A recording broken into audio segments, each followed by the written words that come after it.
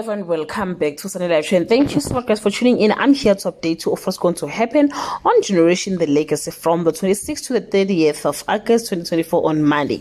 The whole of Jozi is afloat now that the big news is out. Zobo makes it clear he won't be ignored. Tao realizes too late he is caught in a spider's web on Tuesday.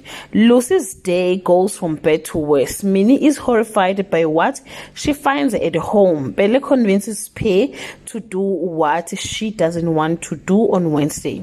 Ayanda wants the truth, but it's more than she began for. Lelo or Melo appeals to a dangerous man with a dark heart.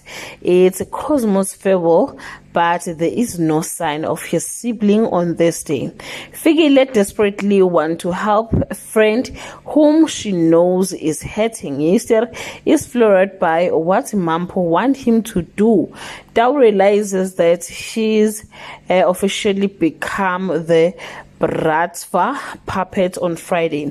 Melo finds her boyfriend's suggestion very odd. Pele becomes the most hated man at the station. Underestimating the Russians is a dangerous mistake to make. Well guys, that's all I have for today. You can leave your comment below and share your opinion. Bye. Hello everyone, welcome.